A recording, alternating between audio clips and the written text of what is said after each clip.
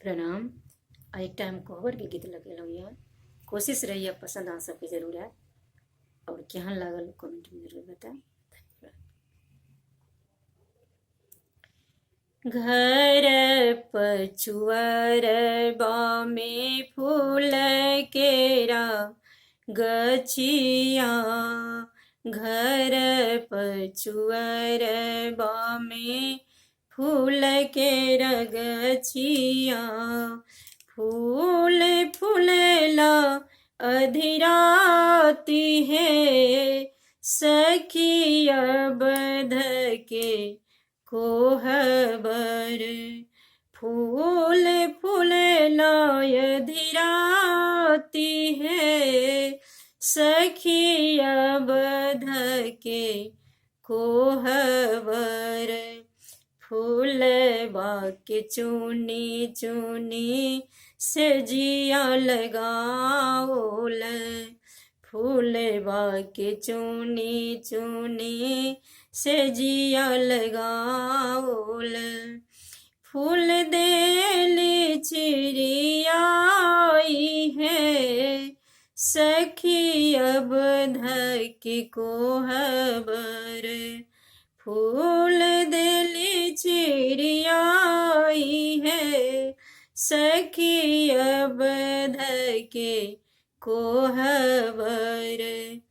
ताही कोहबर सूत गेला दुल्हा श्री राम दुल्हा, ताही कोहबर सूत गेला दुल्हा श्री राम दुल्हा, संग में सिया सुकुमारी है, सखिया बध के कोहबर, संग में सिया सुकुमारी है, सखिया बध के कोहबर, हटी सुतु हटी बैसु ससुर जी के बेटिया, हटी सुतु हटी बैसु ससुर जी के बेटिया, आही घामी चादर मलिन है, सखिया बध के कोहबर, आही घामी चादर मलिन है, सखिया बध के कोहबर, एत बचन जाब सुनला सिया जी सुहबे, एतना बचन जब सुनली सिया जी सुहबे,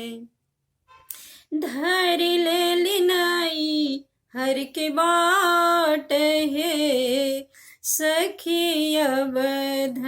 के कोहबर, धरि लेली नाई हर के बाट है, सखिया बध के कोहबर, घूरबाय गेलखिन लक्ष्मण देवर बा, घूरबाय गेलखिन लक्ष्मण देवर बा, घोर भौजी बचन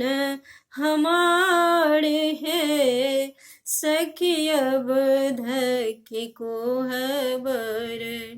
घोर भाभी बचन हमारे है, सखिया बध के कोहबर, हम नाही घूरब देवर आहाँ के बचनिया, हम कोना घूरब बाबू आहाँ के बचनिया, आही भैया बोलला कुबोली है, सखिया बध के कोहबर, आही भैया बोलला कुबोल है, सखिया बध के कोहबर। धन्यवाद।